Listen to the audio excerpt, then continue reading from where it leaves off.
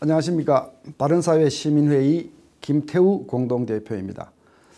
오늘은 북한의 핵게임과 우리의 협상 전략이라는 제목으로 말씀을 드리겠습니다. 대단히 화려하고 분주하고 요란스럽죠. 북한의 평화공세의 말씀입니다. 북한의 평화공세가 남북 정상회담 합의를 끌어냈고 또 미북 간 정상회담도 가능하게 되었습니다. 그런가 하면 김정은 위원장의 갑작스러운 중국 방문과 중국의 환대, 또 러시아도 김정은 위원장을 초청할 것 같습니다. 이런 가운데 우리 국내에서는 협상 전략을 놓고 이미 많은 논의가 이루어지고 있습니다. 그런가 하면 이 협상의 궁극적인 목표에 대해서도 많은 논의가 또 이루어지고 있습니다. 협상의 전략은요, 일괄 타결이다, 단계적 타결이다, 이런저런 말들이 많이 나오는데 북한이 선호하는 것은 당연히 단계적 타결입니다. 또 단계적 타결과 함께 강경론과 유화론이 고개를 들고 있습니다. 강경론이라고 하는 것은요, 북한이 핵을 완전히 포기하기 전까지는 단 한 푼의 돈도 건너가서는 안 된다는 것이고요. 유화론이라고 하는 것은 그 반대로 모든 것을 한꺼번에 내려놓지 않더라도 먼저 보상도 해주고 선물 보따리도 안겨줘야 한다. 그러니까 단계적인 이 협상하고 같은 맥을 같이 하는 그런 얘기입니다. 그다음에 이제 협상의 목표와 관련해서는 북한이 핵을 폐기하면 무엇을 줄 것이냐 하는 문제죠. 이미 우리 한간에는 평화협정 얘기도 나오고요. 또 연방제 통일 얘기도 나오는 것 같습니다. 저는 오늘 이 두 가지 큰 주제에 대해서 정리 말씀을 드려보고자 합니다. 먼저 협상 전략 관한 말씀입니다. 결론부터 먼저 말씀드려서 강경론과 유화론 모두가 100% 맞지는 않지만 강경론 위주로 협상에 임해야 한다라는 말씀을 꼭 드리고 싶습니다. 그 말씀은 북한이 이미 과거의 합의들을 6차례나 위배한 전력을 가지고 있고요. 또 지금 한국의 입장은 1994년 제네바 합의 때와는 많이 다릅니다. 지금 북한은 이미 핵을 만들고 완성하고 이 한반도를 위협할 수 있는 충분한 핵무기를 가진 상태에서 협상을 하는 것이기 때문에 한 번 더 기만을 당하면 한국의 운명은 그야말로 풍전등화가 되는 것이죠. 그래서 강경론 위주로 갈 수밖에 없다. 그럼에도 불구하고 100% 강경론으로 갈 수는 없다는 말씀은 무엇이냐면 바람직한 일괄 타결이 나왔을 때 상징적인 조치로 북한에게 뭘 해줄 것은 필요하기 때문에 강경론 위주로 가되 약간의 유화론도 섞어가는 것이 좋겠다라는 것이 저의 생각입니다. 그리고 제가 여기서 분명히 말씀드립니다만은 단계적 접근이라고 하는 말은 되지 않습니다. 우리가 받아들일 수 있는 것이 아닙니다. 한번 예를 들어보죠. 빚진 돈을 갚겠다라고 합의를 했습니다. 합의서에 서명을 했습니다. 그래 놓고는 현금으로 줄 것이냐, 수표로 줄 것이냐, 은행으로 이체할 것이냐, 이 방법을 놓고 한 몇 달 또 지나갑니다. 은행으로 줄 것으로 합의가 됐다고 칩시다. 무슨 은행으로 줄 거냐? 국민은행으로 줄 거냐, 신한은행으로 줄 거냐라고 또 몇 달간 또 까먹을 수 있습니다. 또 거기서 결정되고 나면요, 또 날짜를 놓고 또 다른 부수적인 절차를 놓고 또 시간을 까먹을 수 있습니다. 이게 소위 공산주의자들이 즐겨하는 협상 전략이죠. 원론에서 합의하고 강론에서 딴지를 거는 공산주의자들의 아주 전통적인 협상이고요. 여기에 서방 세계들은 번번이 녹아났습니다. 그래서 이번에 협상 전략은 분명해야 한다. 강경 위주로 가는 것이 정도다. 그리고 단계적 접근은 받아들일 수 없다라고 제가 분명히 정리 말씀을 드립니다. 이제 두 번째 주제로 협상의 궁극적 목표에 대해서 말씀을 드리겠습니다.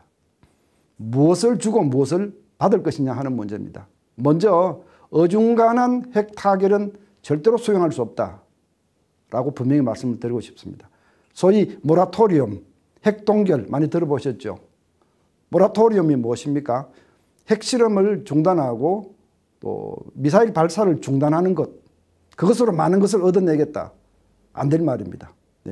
지금 그런 식의 핵 타결은 북한이 가지고 있는 핵무기를 소멸시키는 것이 아니기 때문에 남북 간 비대칭 상태가 고착화되는 우리에게 매우 불리한 조건이기 때문에 결코 받아들일 수 없는 것이다. 핵 동결 더욱 더 문제가 있죠. 지금 가지고 있는 북한의 핵시설과 핵무기에 대해서는 건드리지 않고 앞으로 핵 활동을 하지 않는다. 방금 말씀드린 비대칭 상황을 고착시키는 하나의 어중간한 그런 타결일 수밖에 없습니다. 자, 이제 이 궁극적인 목표와 관련해서 반드시 목표는 북한의 완전한 핵 폐기일 수밖에 없다라는 말씀을 제가 분명히 드렸습니다. 그러면 북한이 완전하게 핵을 폐기한다면 무엇을 줄 것인가? 예, 그렇게 되면요, 우리가 줄 것은 이런 겁니다. 관계 정상화, 수교, 남북 관계 개선, 그리고 제재 해제 이런 것들입니다. 예, 뭐 관계 개선, 남북 간의 관계에도 당연히 개선되고 정상화되어야 하고 또 미국과 북한 간의 관계도 정상화되고 수교하는 거 좋습니다. 당연히 지금까지 북한이 가해졌던 제재를 해제하고 남북 간의 경협과 상생이 활짝 꽃피우게 된다. 예, 좋은 일입니다. 예. 그러나 그 이상은 아닙니다. 그 이상은 절대로 아닙니다. 제가 여기서 그 이상은 안 된다고 할 말씀은 세 가지를 염두에 두고 드리는 말씀입니다. 이 세 가지는 어떠한 경우에 있어서도 양보해서는 안 되는 것들이라는 것을 못 받고자 합니다. 첫째는 한미연합훈련을 중단하는 겁니다. 두 번째는 한미동맹을 해체하고 주한미군을 철수하는 겁니다. 세 번째는 평화협정입니다. 이 세 가지는 금기라고 하는 말씀을 제가 꼭 강조해서 드리고 싶습니다. 우선 연합훈련 중단, 이것이 무엇을 의미하는지 여러분 생각해 보셨습니까?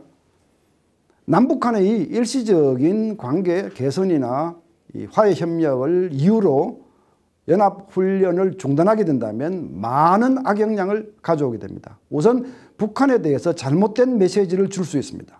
북한은 자기들이 원하기만 하면 한미 군사훈련을 중단시킬 수 있다고 믿게 되는 것이죠. 국제사회에도 나쁜 이미지를 주게 될 겁니다. 대한민국과 동맹은 위험하다, 믿을 수 없다, 이런 이미지를 주게 되고요. 동맹국 미국과 미국 국민에게 주는 악영향, 가장 심각한 문제입니다. 한마디로 한국을 동맹국으로서 신뢰할 수 없다라는 생각을 할 수 있다는 거죠. 그리고요, 이 훈련을 중단하게 되면요, 만약 남북관계가 갑자기 나빠져서 위급한 상황이 발생했을 때 한국군과 미군은 훈련해보지 않은 상황을 맞닥뜨리게 되는 겁니다. 그보다 더 위험한 것은 없습니다.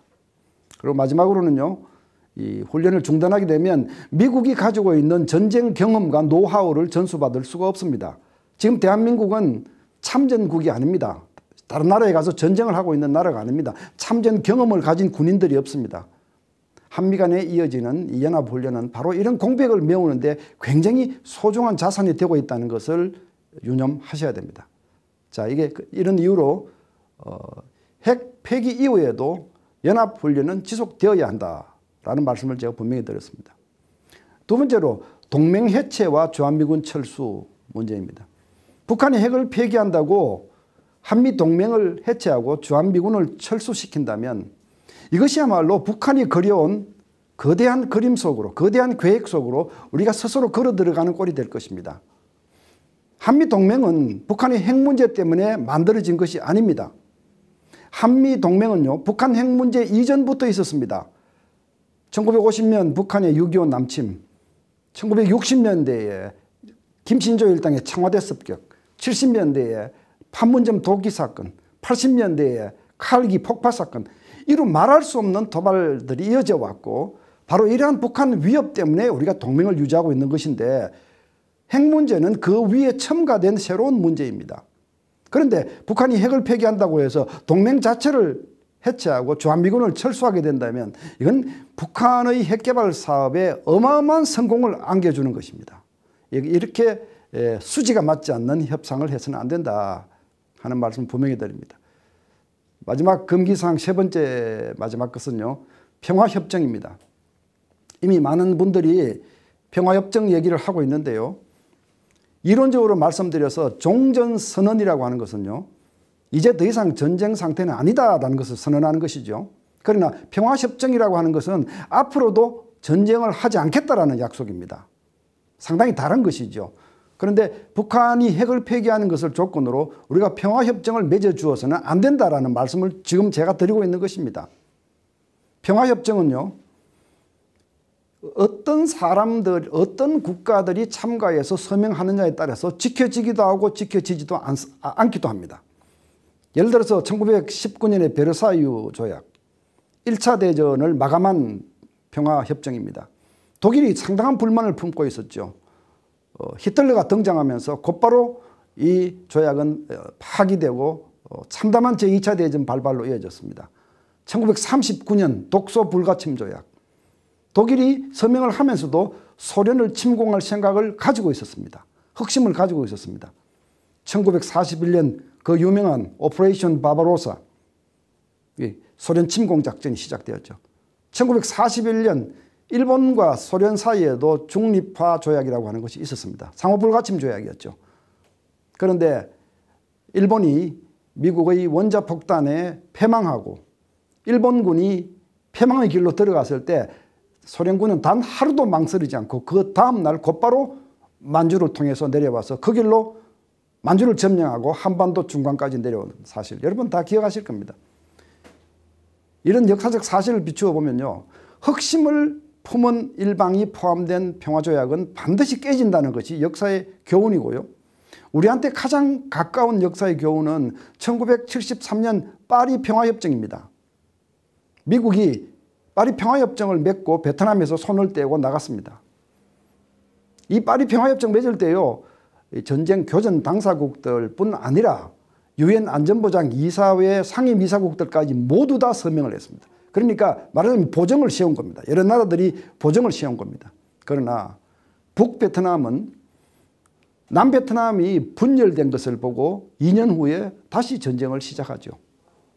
16개 사단이 남침을 시작했을 때 풍부한 물자를 가지고 있었고 돈도 더 많았고 병력도 더 많았고 미국이 남겨준 막대한 양의 군사 물자에도 불구하고 부패하고 이미 정신적 자세가 흐트러진 남베트남은 한 달여 만에 지구상에서 사라졌습니다. 정리해서 말씀드리면 평화협정은요, 체제가 같은 나라끼리 맺는 것입니다. 서로가 서로에게 해코지를 할 의사가 없는 나라들끼리 맺는 것입니다.核심을 품은 나라가 포함된 경우 그 평화협정은 반드시 깨지고 맙니다. 마치 이것은요, 육식동물인 늑대와 초식동물인 송아지가 평화조약을 맺는 것과 같습니다. 늑대는 고기를 먹어야 사는데 배가 고파지면 그 송아지 잡아먹으려고 하지 않겠습니까? 북한도 마찬가지입니다. 남북한 사이의 체제 대결은 그야말로 제로섬적인 체제 대결입니다.